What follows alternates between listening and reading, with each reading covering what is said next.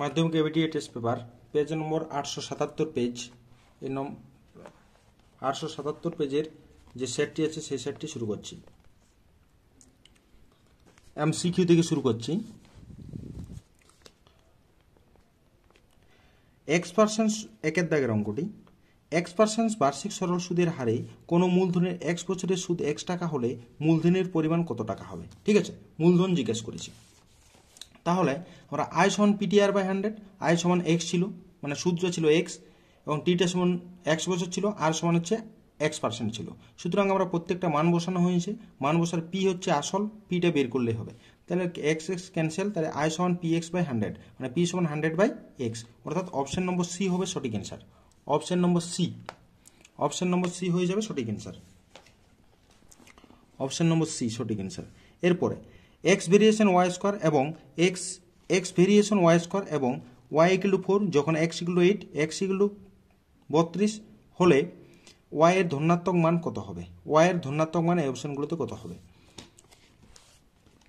তাহলে আমরা কি জানি, এক্স ভেরিয়েশন ওয়াই স্কোয়ার যদি থাকে তাহলে আমরা এক্স ভেরিয়েশন ওয়াই স্কোয়ার মানে ভেদ কে নিয়ে আসি, তাহলে x equal to k into y square 1 number. এখান থেকে ওয়াই ইকুয়াল টু 4 এবং এক্স ইকুয়াল টু 8 1 নম্বরে বসানো হয়, তাহলে যদি 1 নম্বরে বসিয়ে পাই তাহলে 8 equal to k into 4 square মানে কত না, কে ইকুয়াল টু 8 মানে 8/16 হয়, মানে হচ্ছে 1/2 হয়ে যাবে। তাহলে কে এর মান 1/2। এখন কে এর মান 1/2 পাচ্ছি, তাহলে কে ইকুয়াল টু 1/2 এবং এক্স ইকুয়াল টু 32 1 নম্বরে আবার বসিয়ে পাচ্ছি। তাহলে কি হতে হবে, 32 সমান 1/2 ইন্টু ওয়াই স্কোয়ার, তাহলে ওয়াই স্কোয়ার সমান 32 × 64 মানে ওয়াই সমান 8, অর্থাৎ অপশন নম্বর হবে বি। অপশন নম্বর হবে বি। বি নম্বর অপশন হচ্ছে সঠিক অ্যান্সার। অপশন নম্বর বি 8। অপশন নম্বর বি হচ্ছে 8 হচ্ছে অ্যান্সারের। ঠিক আছে, এরপরে 3 নম্বর দাগের অঙ্কটি। একটি লম্বমৃত্তিকা শঙ্কুর আয়তনের অনুপাত 1:4 এবং তাদের ভূমিতলের ব্যাসার্ধের অনুপাত হচ্ছে 4:8 4:5 হলে তাদের উচ্চতার অনুপাত কত হবে? উচ্চতা h1 h2 আর ব্যাসার্ধ হচ্ছে r1 r2 দেওয়াই আছে। ঠিক আছে, তাহলে আমরা কি করেছি, এখানে 1/3 পাই r1 স্কোয়ার ইন্টু h1 অনুপাত 1/3 পাই r1 r2 square into h2 সমান 1:4, তাহলে 4 স্কোয়ার ইন্টু h1 অনুপাত 5 square into h2 equal to 1:4, তাহলে 16 h1 divided by 25 h2 equal to 1/4। তাহলে কত হবে, h1 বাই h2 সমান হচ্ছে 1/4 ইন্টু 25/16, তাহলে এটা কাটাকাটি করেছি আমরা, তাহলে h1 অনুপাত h2 সমান 25 অনুপাত কত হবে 64, 4/16 তাহলে 25 অনুপাত 64। ঠিক আছে, অর্থাৎ অপশন নম্বর হবে ডি হবে সঠিক অ্যান্সার। অপশন নম্বর ডি। ঠিক আছে, অপশন নম্বর ডি হচ্ছে সঠিক অ্যান্সার। কত, 25 অনুপাত 64। এই ডাটাগুলো দিয়ে আছে। তথ্যের সংখ্যাগুরু মান কত হবে? সব থেকে বেশি ডাটাটা হচ্ছে 4, সব থেকে বেশি ডাটা হচ্ছে আমাদের এখানে যদি ইয়ে করা হয় তাহলে 4টা সব থেকে বেশি আছে, অর্থাৎ অপশন নম্বর বি হবে সঠিক অ্যান্সার। ঠিক আছে, তারপর একটা s equal to r theta সম্পর্কে থিটা এর পরিমাণ করা হয় কোন পদ্ধতি? এটা সবসময় বৃত্তীয় পদ্ধতি, থিটার পরিমাণ বৃত্তীয় পদ্ধতি, অর্থাৎ অপশন নম্বর বি। ঠিক আছে, অপশন নম্বর বি, 5-এর দাগেরটা অপশন নম্বর বি। ওই দুই পদ্ধতিতে না, এখানে এটা হয়ে গেল। এবার আমাদের 6 নম্বরটা, ABCD একটি বৃত্তস্থ চতুর্ভুজ যার ওই চতুর্ভুজের এক জোড়া বিপরীত কোণদ্বয়ের সমষ্টি কত? বিপরীত কোণ কি হয়? পরস্পর সম্পূরক হয়, অর্থাৎ 180 ডিগ্রি হবে, অর্থাৎ অপশন নম্বর এ। ঠিক আছে, এখান থেকে এই কোশ্চেনগুলো ইজিলি ছিল, ইজিলি করা গেল, ইজি ছিল, ইজিলি করা গেল। ঠিক আছে, এই যে 4 হবে বৃত্তীয় এবং 180 ডিগ্রি। এরপরে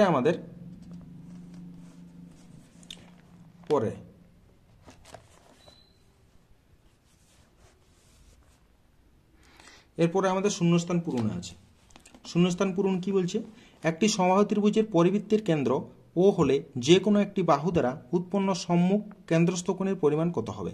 তাহলে আমাদের এইটা ছিল সমবাহু ত্রিভুজ, প্রত্যেকটা কোণ কত 60 ডিগ্রি করে, এই কোণটা 60 ডিগ্রি, তাহলে এই কেন্দ্রস্থ কোণ কত? তার দ্বিগুণ, অর্থাৎ 120 ডিগ্রি, অর্থাৎ 120 ডিগ্রি হয়ে যাবে তার কেন্দ্রস্থ সম্মুখ কোণটা 120 ডিগ্রি। তারপরে কি আছে, একটি গ্রামের বর্তমান জনসংখ্যা পি এবং প্রতি বছর জনসংখ্যা বৃদ্ধির হার 2% হলে n বছর পর জনসংখ্যা কত হবে? n বছর পরে কত হবে জনসংখ্যাটা? ঠিক আছে, n বছর পরে, অর্থাৎ p × 1 + 2r/100 whole to the power n সমান কত হয়? p × 1 + r/50 whole to the power n। এইটি হবে অ্যান্সার, শূন্যস্থানে এটা বসে যাবে। ঠিক আছে, তারপরে 3 নম্বর দাগের অঙ্কটি। 3 নম্বর দাগের অঙ্ক, sine theta minus 3 degree equal to 1/2 হলে কস থিটা এর মান কত? Sine theta minus 3 degree equal to 1/2 হলে কস থিটা এর মান কত? ঠিক আছে, সাইন থিটা মাইনাস 3 ডিগ্রি সমান হাফ, তাহলে সাইন থিটা মাইনাস 3 ডিগ্রি সমান sine 3 degree, theta minus 30 degree সমান 30, তাহলে থিটা সমান 60। ঠিক আছে, তাহলে কস থিটা সমান কস 60 ডিগ্রি, তাহলে কস 60 ডিগ্রির মান কত? হাফ, অর্থাৎ শূন্য স্থানে কত বসে যাবে না, হাফ বসে যাবে। ঠিক আছে, এরপরে আমাদের এই অঙ্কগুলি হয়ে গেল। এরপরে 4 নম্বর দাগের অঙ্কটি হবে।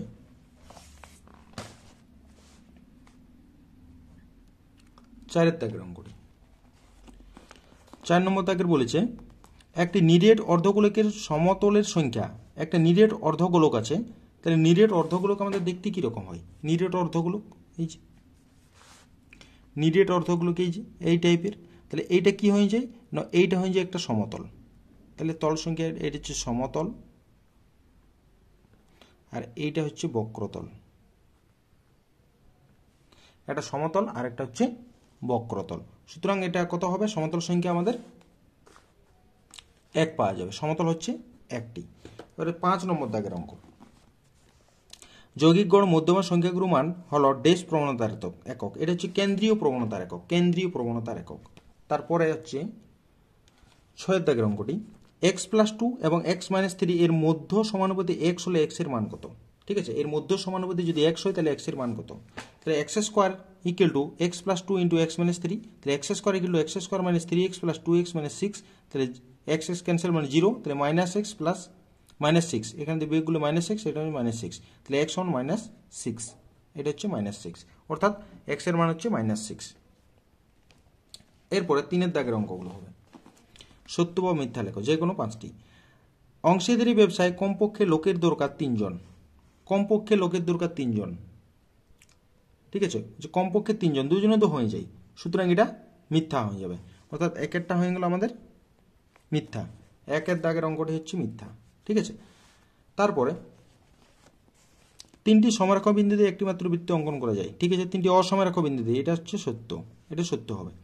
একটি ঘনকের প্রতিটি ধারের দৈর্ঘ্য দ্বিগুণ করলে এবং ঘনকটির আয়তন প্রথম ঘনকের 4 গুণ হবে। দেখা যাক, তাহলে প্রথমে ঘনকটার আয়তন ছিল a কিউব, পরে বাহুর দৈর্ঘ্য দ্বিগুণ করা হয়েছে 2a তার হোল কিউব সমান 8a কিউব। ঠিক আছে, 4 গুণ বলেছিল, তাহলে এখানে 8 গুণ হয়ে যাচ্ছে, সুতরাং এটাও মিথ্যা। 3 নম্বর দাগের অঙ্কটি হচ্ছে মিথ্যা, 3 নম্বর দাগের অঙ্কটি মিথ্যা।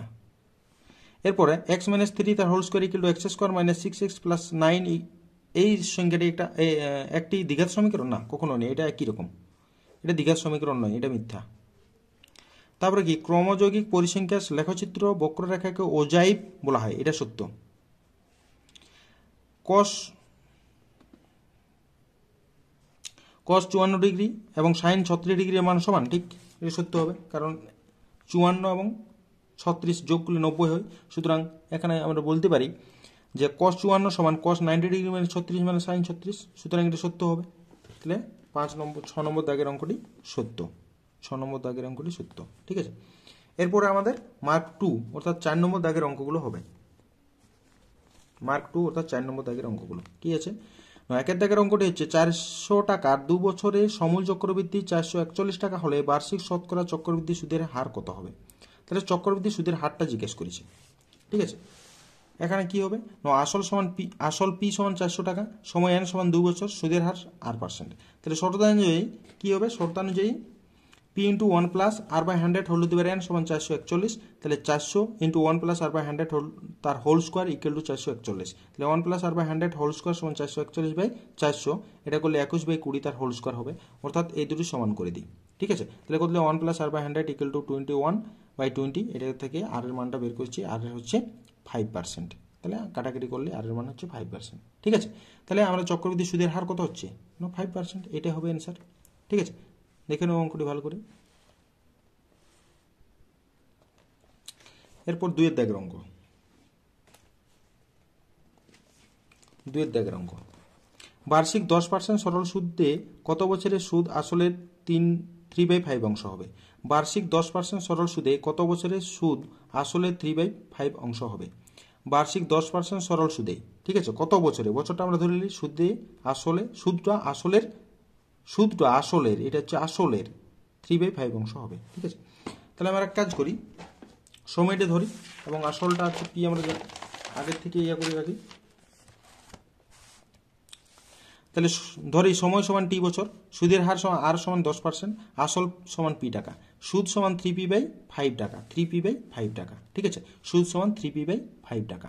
তাহলে আয় সমান PTR/100, তাহলে আয় মানে আমাদের 3p/5 সমান হচ্ছে পি ইন্টু টি ইন্টু আর হচ্ছে 10/100, কাটাকাটি করলে আমাদের কি মান পাওয়া যাচ্ছে 3 = t/2, তাহলে টি সমান 6, তাহলে টি সমান 6, বছরটা হয়ে গেল আমাদের 6 বছর, ঠিক আছে। দেখে নাও অঙ্কটি, বছরটা পাওয়া গেল 6, এখানে কাটাকাটিটি দেখে নেবে, ঠিক আছে, বছর হচ্ছে 6 বছর অ্যান্সার।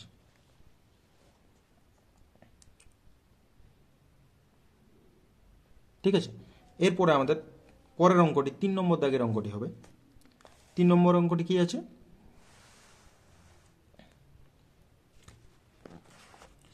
3 নম্বর দাগের অঙ্ক। 3 নম্বর হচ্ছে kx² + 2x + 3k = 0 সমীকরণের বীজদ্বয়ের সমষ্টি ও গুণফল সমান হলে, সমীকরণের বীজদ্বয়ের সমষ্টি এবং গুণফল সমান হলে যে k এর মান কত হবে, k এর মান কত হবে, ঠিক আছে, k এর মান কত। তাহলে আমরা কি করছি, kx² + 2x + 3k = 0 সমীকরণকে ax² + bx + c = 0 এর সঙ্গে তুলনা করে পাই। তাহলে a সমান k, b সমান 2, c সমান 3k, ঠিক আছে। এখন কি হবে, বীজদ্বয়ের সমষ্টি সমান বীজদ্বয়ের গুণফল, বীজদ্বয়ের সমষ্টি সমান বীজদ্বয়ের গুণফল। তাহলে বীজদ্বয়ের সমষ্টি কত, -b/a সমান হচ্ছে c/a, তাহলে -2/k = 3k/k, তাহলে 3k = -2, তাহলে k সমান কত হবে, k কে ক্যান্সেল করেছি এখানে, তাহলে k সমান -2/3, তাহলে -2/3 হয়ে গেল অ্যান্সার আমাদের। 3 দাগের অঙ্কটি কমপ্লিট, -2/3 অ্যান্সার, ঠিক আছে। এরপর 4 নম্বর দাগের অঙ্ক।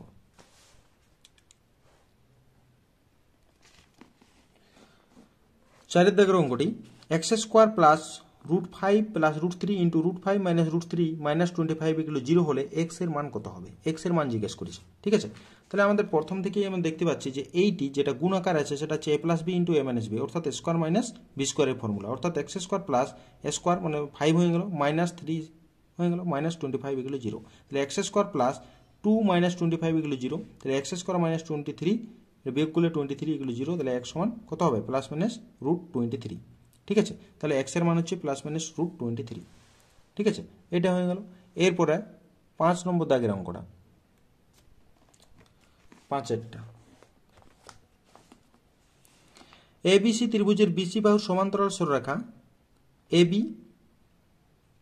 ও AC কে যথাক্রমে D এবং E বিন্দুতে ছেদ করছে, এই সমান 2 × AD হলে BD অনুপাত EC এর মান কত হবে, এর মান কত, ঠিক আছে। তাহলে আমরা কি করছি, ABC ত্রিভুজের BC সমান্তরাল একটা সরলরেখা AB এবং AC কে D এবং E বিন্দুতে ছেদ করেছে, আর এইটা আমাদের প্রথম থেকে দেওয়া আছে, ঠিক আছে, কত, AE সমান 2 × AD। তাহলে আমরা কি জানি, AD/BD বা DB, AD/DB সমান AE/EC, AE/EC করেছি। তাহলে আমাদের কাজ কি, AD/DB যা আছে তাই, এবং AE এর মান জানি 2 × AD, তাহলে 2 × AD/EC। এখন কি করছি, AD ক্যান্সেল, তাহলে 1/DB = 2/EC, তাহলে আমাদের এই যে কি যে ডিবিটাকে উপরে নিয়ে যায়, তাহলে DB/EC সমান 1/2, তাহলে তো অনুপাতটা কত, 1:2, তাহলে অনুপাতটা হয়ে গেল 1:2, ঠিক আছে। 5 নম্বর দাগের অঙ্কটা হয়ে গেল। এরপর আমাদের 6 দাগের অঙ্কটি হবে। 6 নম্বর দাগ, ও কেন্দ্রীয় একটি বৃত্তের বেসের দৈর্ঘ্য 26 সেন্টিমিটার, ও কেন্দ্রীয় একটি বৃত্তের বেসের দৈর্ঘ্য 26 সেন্টিমিটার, ও বিন্দু থেকে PQJ এর দূরত্ব 5 সেন্টিমিটার, PQJ এর দৈর্ঘ্য নির্ণয় করতে হবে, PQJ এর দৈর্ঘ্য কত হবে, ঠিক আছে। তাহলে আমরা কি করি, ছবিটা অঙ্কন করে নিয়েছি। তাহলে AB হচ্ছে বেস, অর্থাৎ ব্যাসার্ধ হবে AO, OB এবং OP, এই ব্যাসার্ধ হয়ে গেল, এই যে আমাদের AO OB মানে কত হবে, বেসের অর্ধেক ব্যাসার্ধ 13, মানে OP সমান 13 সেন্টিমিটার, এবং OMটা আমাদের দূরত্ব বলছে কেন্দ্র থেকে J এর দূরত্ব হচ্ছে 5 সেন্টিমিটার। তাহলে আমাদের এক কাজ করি, এই যে একটা সমকোণী ত্রিভুজ গঠন করছে এর থেকে পাই আমরা কি হবে, অতিভুজ স্কোয়ার, OP স্কোয়ার সমান ভূমি স্কোয়ার প্লাস লম্ব স্কোয়ার করা হয়েছে। মানগুলো হচ্ছে OP মানে হচ্ছে 13 তার হোল স্কোয়ার, এগুলো PM আমরা জানি নাই, তাহলে PM প্লাস 5 স্কোয়ার, মানে ও এম সমান 5 ছিল 5 স্কোয়ার, তাহলে এখান থেকে আমরা করেছি P M square equal to 169 minus 25 মানে 144, তাহলে পি এম সমান রুট অফ 144 মানে 12, অর্থাৎ যে পি কিউ দৈর্ঘ্য কত হবে তার দ্বিগুণ হচ্ছে 12 ইন্টু 2 সমান 24 সেন্টিমিটার, ঠিক আছে, 24 সেন্টিমিটার, ঠিক আছে। এটা হচ্ছে 6 নম্বর দাগের অঙ্কটি কমপ্লিট। এরপরে আমাদের 7 দাগের অঙ্কটি হবে। 7 দাগের অঙ্কটি হচ্ছে একটি ঘনকের সমগ্রতলের ক্ষেত্রফল এবং আয়তনের সংখ্যামান সমান হলে ঘনকের কোণের দৈর্ঘ্য কত হবে। একটি ঘনকের সমগ্রতলের ক্ষেত্রফল এবং আয়তনের সংখ্যামান সমান হলে ঘনকের কোণের দৈর্ঘ্য কত হবে, ঠিক আছে, ঘনকটার কোণের দৈর্ঘ্য কত। তাহলে আমরা ঘনকটার বাহুর দৈর্ঘ্য ধরে নিই, ঘনকটার বাহুর দৈর্ঘ্য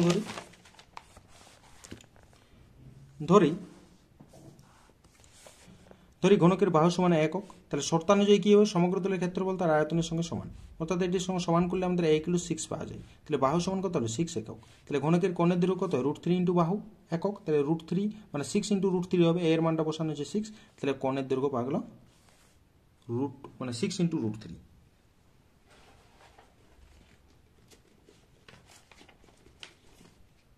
6 ইন্টু √3,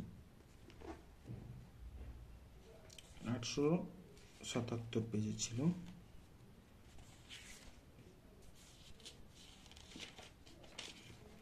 এবারে 8 নম্বর দাগের অঙ্কটি হবে। 8 নম্বর, একটি লম্ববৃত্তাকার চৌম্বকাকৃতি স্তম্ভের বক্রতলের ক্ষেত্রফল 264 বর্গমিটার এবং আয়তন হচ্ছে 924 বর্গ ঘনমিটার হলে স্তম্ভের ভূমির ব্যাসার্ধের দৈর্ঘ্য কত হবে, ব্যাসার্ধটা। তাহলে আমরা ব্যাসার্ধ ধরে নিই, ধরি চৌম্বকাকৃতি স্তম্ভের দৈর্ঘ্য মানে চৌম্বকাকৃতি স্তম্ভের ব্যাসার্ধ সমান r মিটার, ঠিক আছে। তাহলে বক্রতলের ক্ষেত্রফল সমান 2πr/h মিটার বর্গমিটার হবে, তাহলে 2πr/h বর্গমিটার, আয়তন কত πr² ইন্টু h বর্গমিটার, ঠিক আছে। তাহলে আমাদের কি জানি সব ডাটাগুলো, মানে বক্রতল দিয়ে আছে 264 এবং আয়তন দিয়েছে 924, 1 নম্বর 2 নম্বর নাম দিয়েছি, তাহলে নাম দেওয়ার পরে 2 নম্বর ভাজিতে 1 করেছি, তাহলে 2 নম্বর কাটাকাটি করা হয়েছে, তাহলে r/2 সমান 924,264, তাহলে r সমান কত কাটাকাটি করে 7 পাওয়া যাচ্ছে। তাহলে ব্যাসার্ধ কত হবে, ব্যাসার্ধটা পাওয়া যাবে, স্তম্ভের ভূমির ব্যাসার্ধ হচ্ছে 7 মিটার, ঠিক আছে, স্তম্ভের ভূমির ব্যাসার্ধ সমান হচ্ছে 7 মিটার, হয়ে গেল। 8 দাগের অঙ্ক কমপ্লিট। এবারে 9 দাগের অঙ্কটি হবে। 9 নম্বর দাগের অঙ্কটি 9, একটি ত্রিভুজের দুটি কোণের পরিমাপ 35 degree 57 minute 4 second, 39 degree 2 minute 56 second হলে তৃতীয় কোণটির বৃত্তীয় মান কত। তাহলে আমাদের তৃতীয় কোণটি হচ্ছে 180 ডিগ্রি মাইনাস, এটা দুটোকে যোগ করেছি, দুটো বাহু দুটো কোণ যেহেতু দেওয়া ছিল, তাহলে এটা যোগ করলে আমাদের এখানে যোগটা করা আছে 75 ডিগ্রি হয়ে যাবে, ঠিক আছে। তাহলে 75 ডিগ্রি, এখন 180 মাইনাস 75 মানে 105 ডিগ্রি, এটা হচ্ছে আমাদের ষষ্ঠিক মান। এবারে বৃত্তীয় মানে ট্রান্সফার করতে বলেছে, তাহলে বৃত্তীয় মান কত হবে, π/180 দিয়ে গুণ করে দিলে হয়ে যাবে 7π/12, তাহলে 7π/12 রেডিয়ান, ঠিক আছে, সি ফর রেডিয়ান, ঠিক আছে। এইবারে আমাদের 10 দাগের অঙ্কটি হবে। 10 নম্বর দাগের অঙ্কটি হবে, ঠিক আছে। 10 নম্বর অঙ্কটা ইজি আছে। cos 53 degree divided by sin 37 degree এর মান কত। তাহলে cos 53 মানে আমরা লিখতে পারি 37 আকারে, cos 90 ডিগ্রি মাইনাস 37 মানে 53, sin 37 যা ছিল তাই, তাহলে cos 90 ডিগ্রি মাইনাস থিটা মানে কত হয়, sin থিটা হয়, তো sin 37 বাই sin 37 মানে 1, এর অ্যান্সার হয়ে গেল 1, ঠিক আছে। এরপরে আমাদের 11 নম্বর অঙ্কটি, এই অঙ্কটি বারবার দিয়েছে, uy সমান xi minus 25/10 summation fi uy সমান 20 সামেশন fi সমান 100 হয়, তবে x বারের মান কত। তাহলে আমরা এখান থেকে a সমান 25 এবং h সমান কত, h সমান হচ্ছে 10, তাহলে x বার সমান কত হয়, a plus summation fi uy by summation fi into h, মানগুলো প্রত্যেকটা 25 ইন্টু এটা কাটাকাটি করে হচ্ছে 2 আসছে, তাহলে 25 প্লাস 2 সমান হচ্ছে 27, এটা 27 অ্যান্সার হয়ে গেল, ঠিক আছে। এরপরে আমাদের আসছে 12 নম্বর দাগের অঙ্কটি, ঠিক আছে, এটা লিখে নাও। এরপরে আমাদের 12 নম্বর দাগের অঙ্কটি হবে। 12টা কি আছে, 8 জন ছাত্রের প্রাপ্ত নম্বর হলো 6, 10, 5, 4, 9, 11, 20, 18। প্রাপ্ত নম্বরের মধ্যমা নির্ণয় করতে হবে, প্রাপ্ত যে নম্বর তার মধ্যমা কত হবে, প্রাপ্ত নম্বরের মধ্যমা কত হবে, ঠিক আছে। প্রাপ্ত নম্বরটির মধ্যমা। তাহলে আমাদের এখানে মানের ঊর্ধ্বক্রমে সাজানো হবে, মানের ঊর্ধ্বক্রমে সাজিয়ে পাই, মানের ঊর্ধ্বক্রমে সাজানো হয়ে গেল। এরপরে এখানে n সমান হচ্ছে 8, যা যুগ্ম সংখ্যা, তাহলে মধ্যমা সমান 8/2 + 1তম এবং 8/2তম পদের গড়, তাহলে 5 ও 4তম পদের গড়, অর্থাৎ 9, 5 হচ্ছে 4 এবং 5 দুটোকে যোগ করেছি, 9 + 10, 9 + 10/2 সমান হচ্ছে কত হবে, 19/2 সমান হচ্ছে 9.5, অর্থাৎ 9.5 হচ্ছে অ্যান্সারের, এর মধ্যমা হচ্ছে 9.5। ঠিক আছে, এই গেল আমাদের 877 নম্বর পেজের যে অঙ্ক সেটটি ছিল এবিটি টেস্ট পেপার, সেটা কমপ্লিট। এরপর আমাদের নেক্সট ভিডিওতে পরের যে সেটটি আছে সেই সেটটি নিয়ে আলোচনা করা হবে।